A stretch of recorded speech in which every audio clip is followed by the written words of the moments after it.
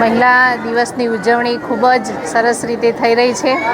આજે મેઘરજ તાલુકાના રેલીઓમાં નારી શક્તિ આપ જોઈ રહ્યા છો ખૂબ મોટી સંખ્યામાં ઉપસ્થિત છે અને મહિલા મોરચાના પ્રમુખ બેન શ્રી નેહાબેન અને જિલ્લા પંચાયતના પ્રમુખ બેન શ્રી પ્રિયંકાબેન તથા તમામ સદસ્યો આપ જોઈ શકો છો કે આગલી હરોળમાં તમામ મહિલાઓ છે એ બતાવે છે કે આદરણીય વડાપ્રધાન શ્રી મોદી સાહેબ મહિલાઓ અને નારી શક્તિને કેટલું પ્રાધાન્ય આપે છે અને એમના વિકાસ માટે એમની સમૃદ્ધ માટે કેટલા ચિંતિત છે। એટલે મહિલા સશક્તિકરણ અહીંયા દેખાઈ રહ્યું છે અને સૌ મહિલાઓ અહીંયા ઉપસ્થિત છે અને સૌને મહિલા દિવસની મારી હાર્દિક શુભકામનાઓ છે। जिला पंचायत प्रमुख को, सांसद को, जिला कलेक्टर, जिला पोलीस वडाથી લઈ તમામ ક્ષેત્રમાં શું કહેશો?